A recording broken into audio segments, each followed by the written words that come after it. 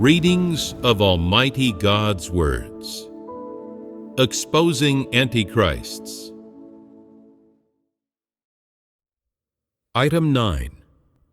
They do their duty, only to distinguish themselves and feed their own interests and ambitions.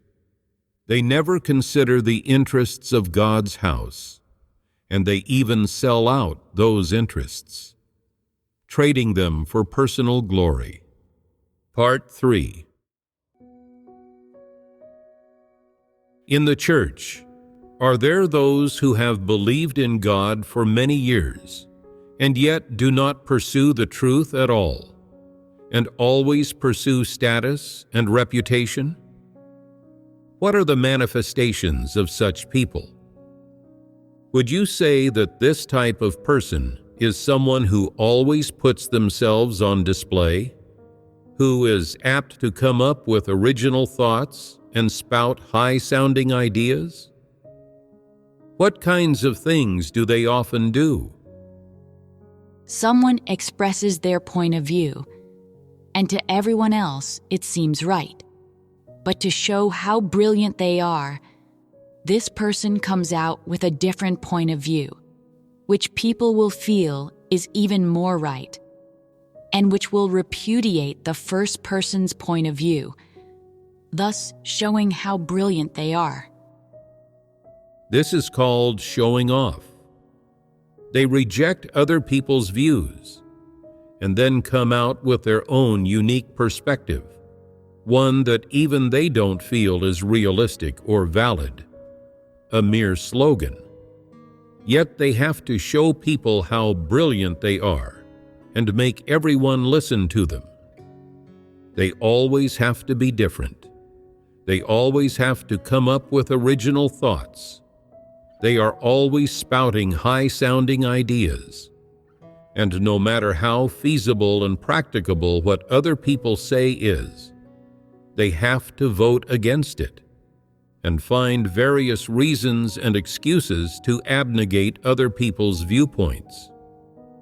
These are the most common behaviors of people who try to come up with original thoughts and spout high-sounding ideas. Regardless of how correct or appropriate someone's actions were, they will dismiss and ignore them. Even though they clearly know that this person acted appropriately, they still say that their actions weren't appropriate, and make it sound as if they could have done a better job, and that they are absolutely not second to that person. People like this think that nobody is as good as they are, that they are better than other people in all respects. To them, everything that other people say is incorrect. Other people are worthless, and they themselves are good in every respect.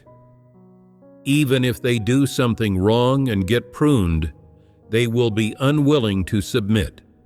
They will not accept the truth at all, and they may also come out with a pile of excuses, which make others think they didn't make a mistake, and that they shouldn't have been pruned.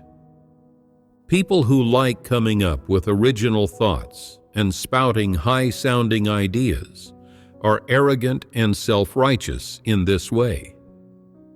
Actually, the vast majority of these people lack real talent and can't do anything well. Whatever they do becomes a complete shambles. But they have no self-knowledge, and they think that they are better than other people, and they dare to interfere and get involved with whatever other people are doing, and keep spouting high-sounding ideas, always wanting others to esteem them and listen to them. No matter what the situation or what group they are in, they only want others to serve them and listen to them. They don't want to serve or listen to anyone else. Aren't these antichrists? This is how arrogant and self-righteous antichrists are. This is how lacking in reason they are. They only speak about specious doctrines, and if other people point out their mistakes, they have to twist words and logic and speak in a false, pleasant-sounding way to make people feel that they are right. No matter how correct somebody else's opinion is, antichrists will use an eloquent manner of speaking to make it sound incorrect and get everyone to accept their own opinion. Antichrists are people of this sort. They are exceptionally capable of misleading others. They can mislead them to the point that they are thrown into confusion, disorientated, and no longer know right from wrong. In the end, all those who lack discernment will be thoroughly misled and taken captive by these antichrists. There are people who mislead others like this in most churches. When God's chosen people are fellowshipping the truth or sharing their experiential testimony, antichrists always stand up and express their own views.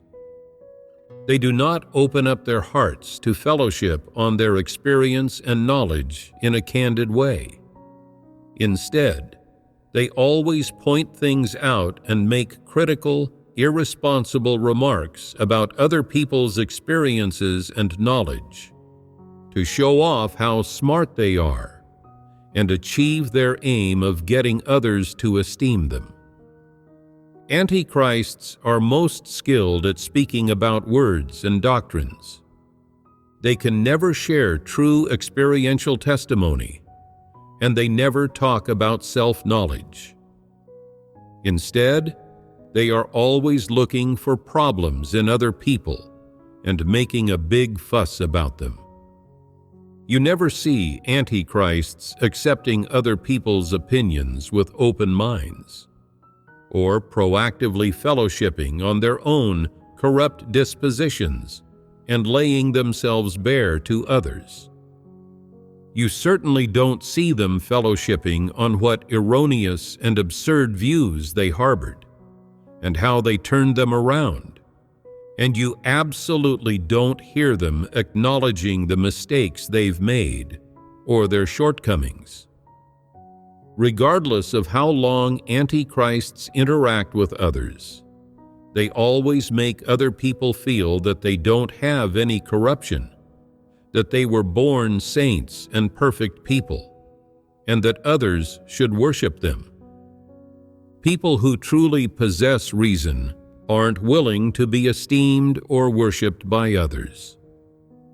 If other people really esteem and worship them, they find this shameful because they know they are corrupt humans with corrupt dispositions, and that they don't possess the truth realities. They know their own measure, so whatever corruption they reveal and whatever mistaken views they produce, they can fellowship on these things candidly and let others know about them. And doing this makes them feel very relaxed, liberated, and happy. They do not feel that it is difficult to do this at all. Even if other people judge them, look down on them, call them stupid, or despise them, they don't feel very upset. On the contrary, they feel that this is very normal and they can approach it correctly. Because people have corrupt dispositions, they will naturally reveal corruption. Regardless of whether you acknowledge it or not, this is a fact. If you can recognize your own corruption, that's a good thing, and it's even better if others can see it clearly. That way, they won't worship or esteem you.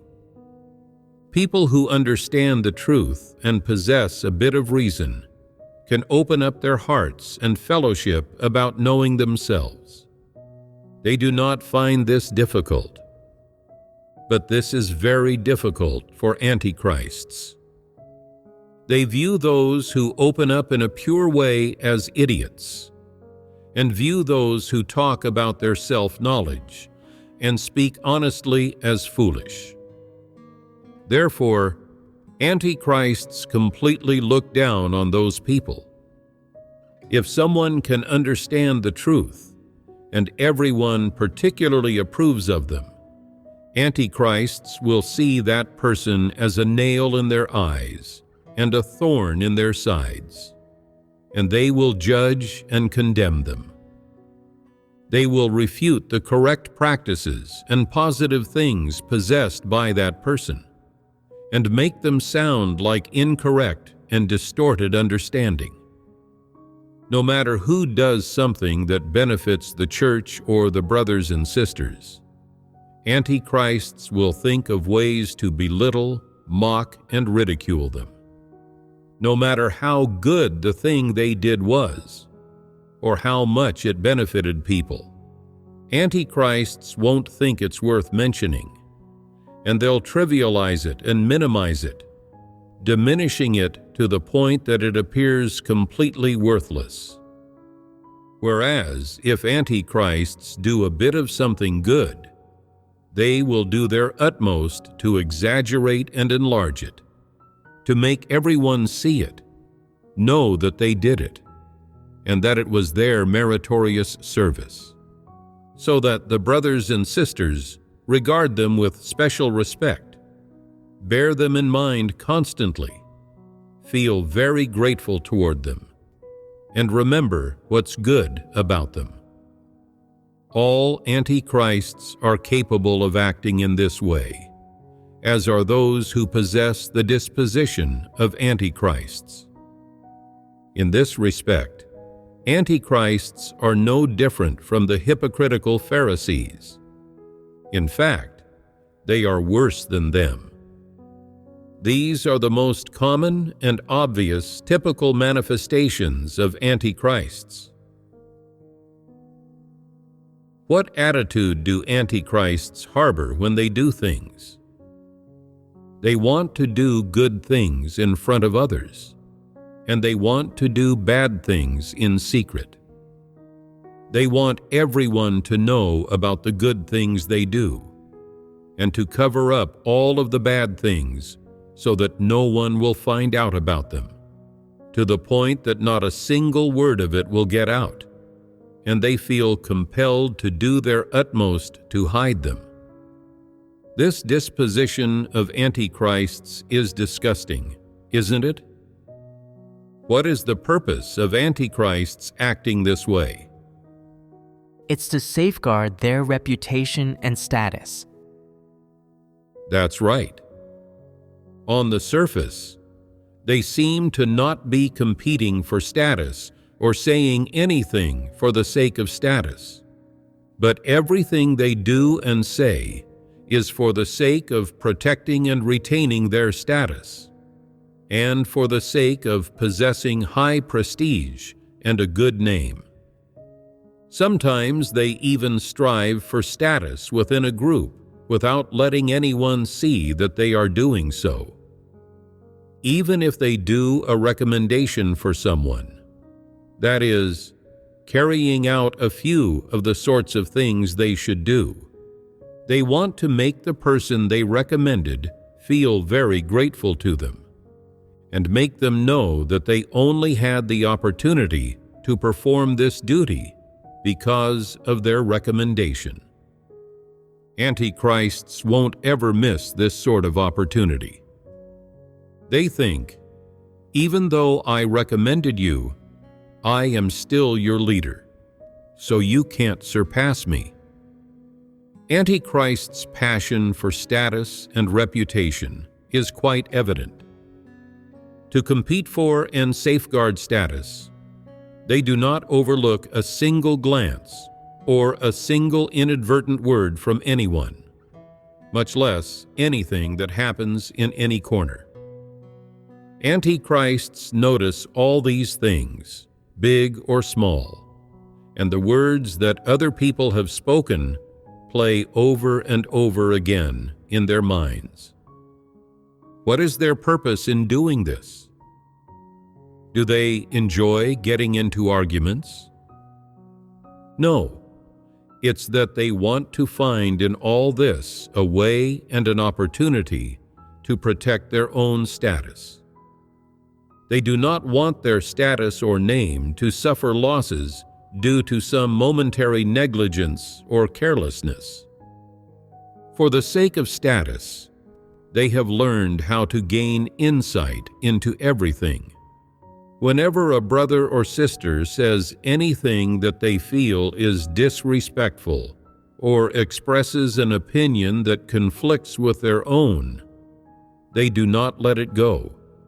They take it seriously, carrying out detailed research and deep analysis, and then find a corresponding response to deal with what they said, to the point where their status is solidly established in everyone's minds and absolutely unshakable. The moment their name is damaged, or they hear some words that are detrimental to it, they will quickly track down the source and try to find excuses and rationalizations with which to redeem themselves. Therefore, no matter what duties antichrists are doing, regardless of whether they are acting as leaders and workers or not, every single thing they busy themselves with and every single word they utter is for the sake of their status and cannot be separated from their desire to protect their interests. In the depths of antichrists' hearts, they have no concept whatsoever of practicing the truth or protecting the interests of God's house. Therefore, the essence of antichrists can be accurately defined as follows. They are enemies of God. They are a pack of devils and Satans that have come to disturb, disrupt, and destroy the work of God's house. They are Satan's lackeys. They are not people who follow God, nor are they members of God's house, nor are they the objects of God's salvation. Have you felt moved by any of the things we've fellowshipped on today? Which part moved you? The last part, that is, when God dissected the competitive nature of antichrists. It's not a good thing to always be competing. This behavior is linked to antichrists and to destruction. It is not a good path. What should people do when they possess these manifestations and revelations? What choice should they make? How should they avoid these things? These are the problems that people should think about and ponder on the most now, and they are also problems that people encounter every day.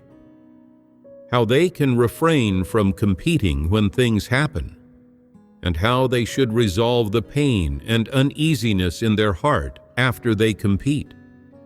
This is a problem that every person must face. People have corrupt dispositions, so they all compete for prestige, profit, and face, and it's difficult for them to refrain from competing. Then, if a person does not compete, does it mean they have gotten rid of the disposition and essence of antichrists? No, that is just a surface-level phenomenon.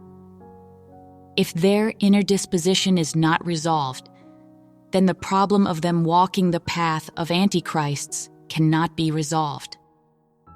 So, how can the problem of them walking the path of antichrists be resolved? In one respect, they must understand this matter and come before God to pray when they reveal thoughts of striving for status.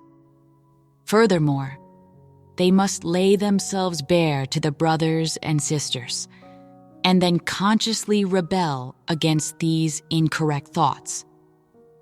They must also ask for God to judge, chastise, prune, and discipline them. then they will be able to embark on the correct path. That's quite a good answer. However, this is not easy to achieve, and it's even harder for those who love reputation and status too much.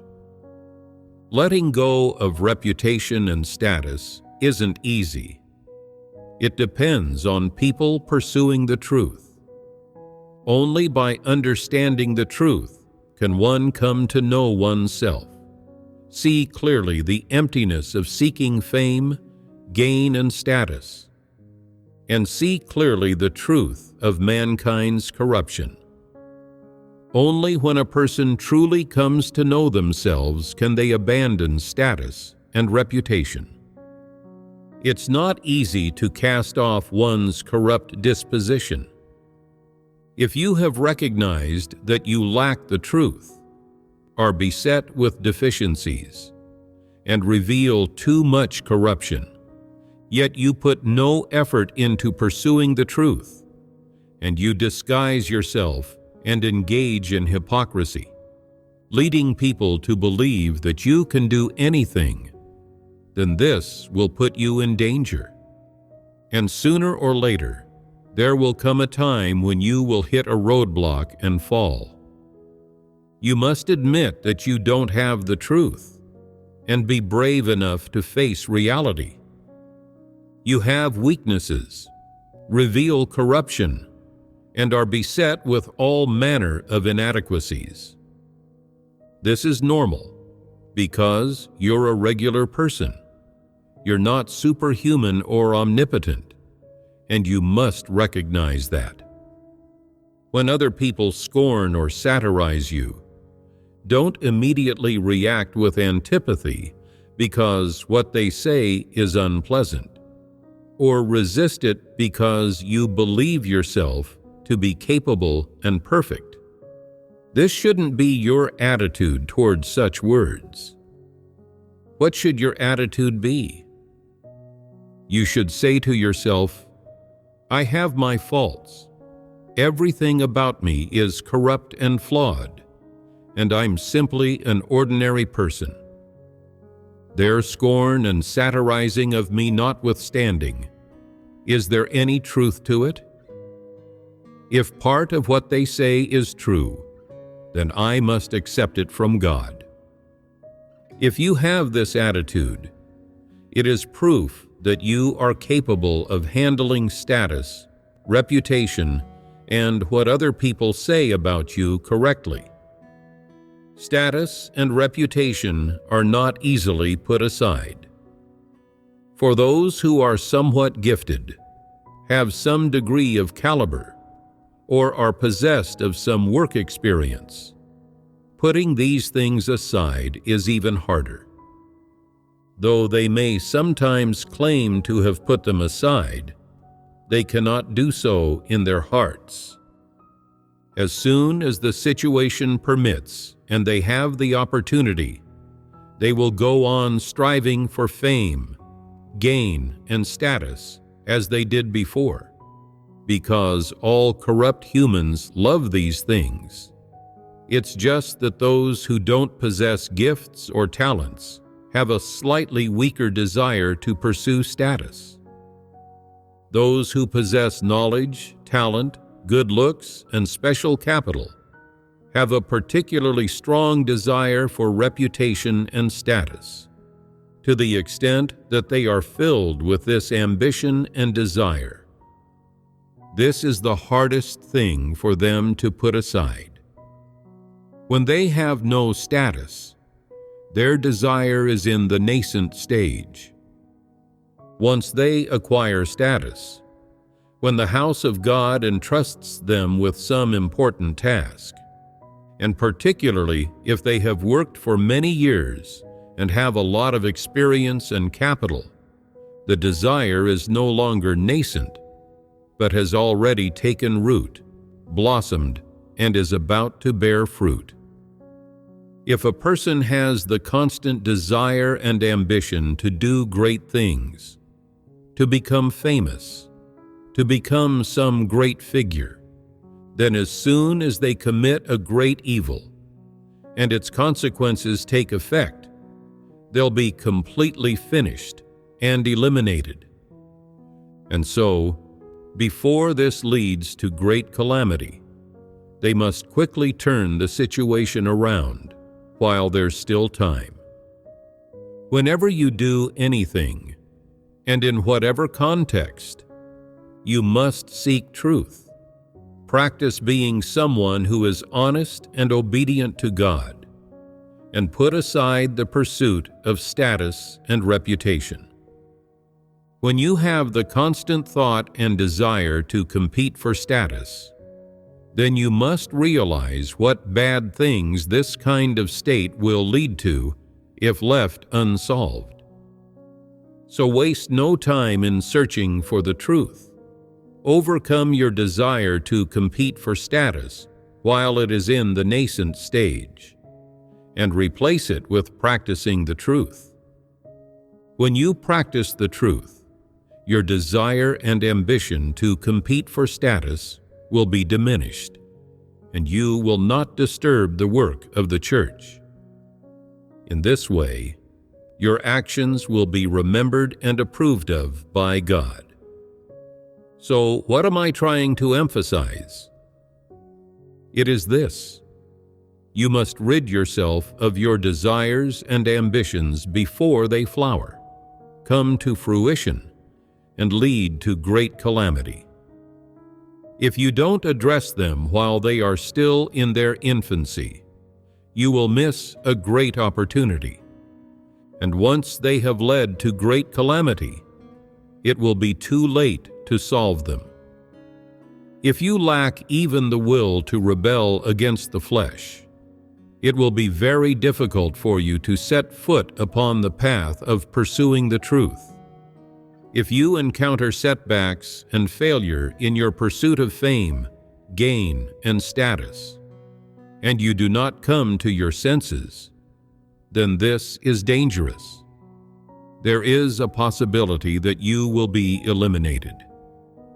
When those who love the truth encounter one or two failures and setbacks in terms of their reputation and status, they can see clearly that reputation and status have no value at all.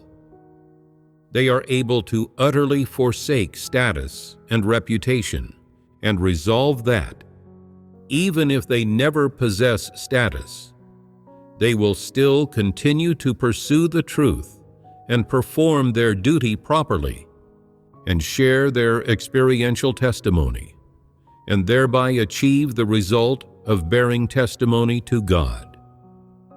Even when they are ordinary followers, they are still capable of following to the very end, and all they want is to receive God's approval. Only these are people who genuinely love the truth and have resolve.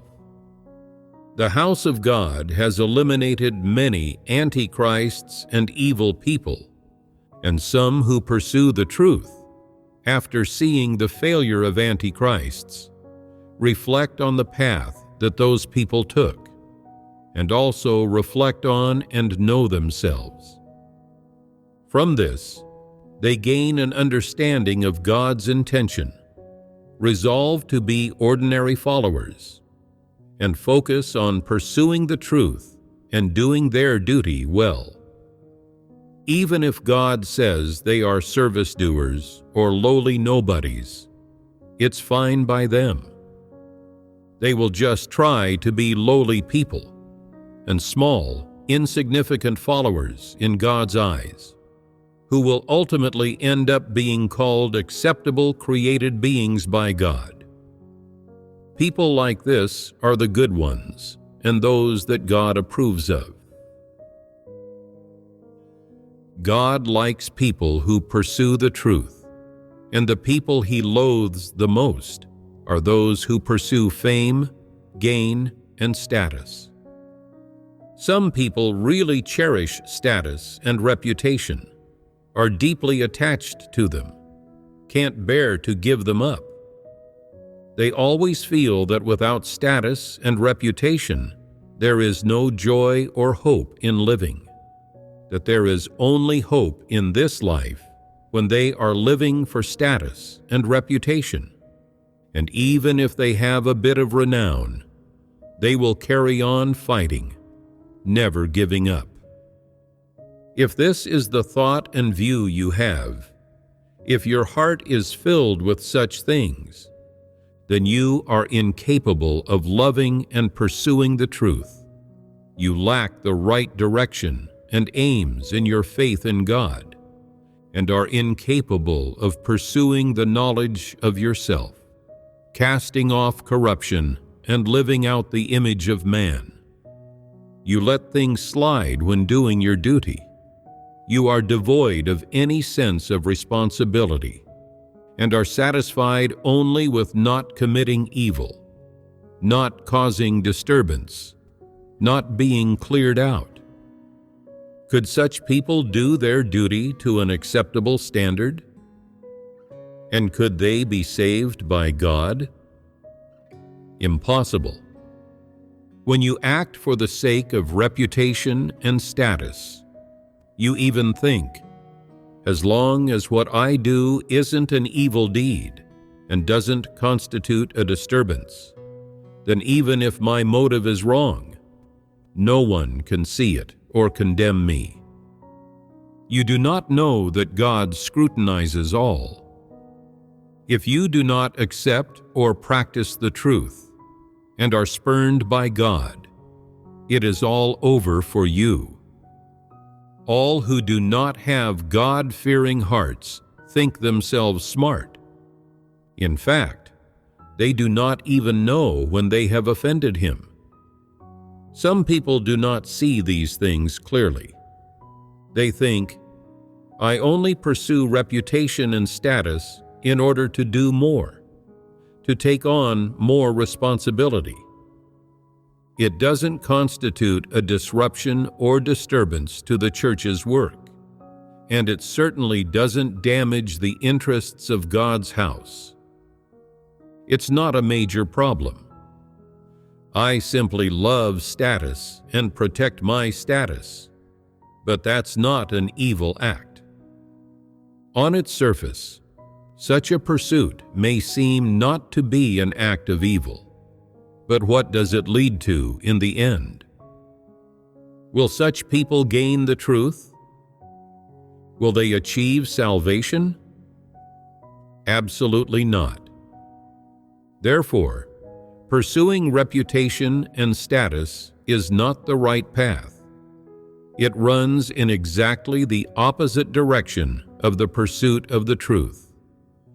In sum, regardless of what the direction or target of your pursuit is, if you do not reflect on the pursuit of status and reputation, and if you find it very difficult to put these things aside, then they will affect your life entry.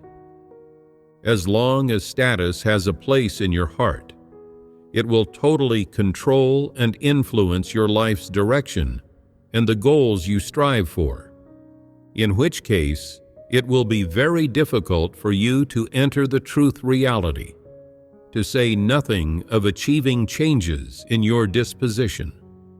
Whether you are ultimately able to gain God's approval, of course, goes without saying. What's more, if you are never able to put aside your pursuit of status, this will affect your ability to adequately do your duty, which will make it very difficult for you to become an acceptable, created being. Why do I say this?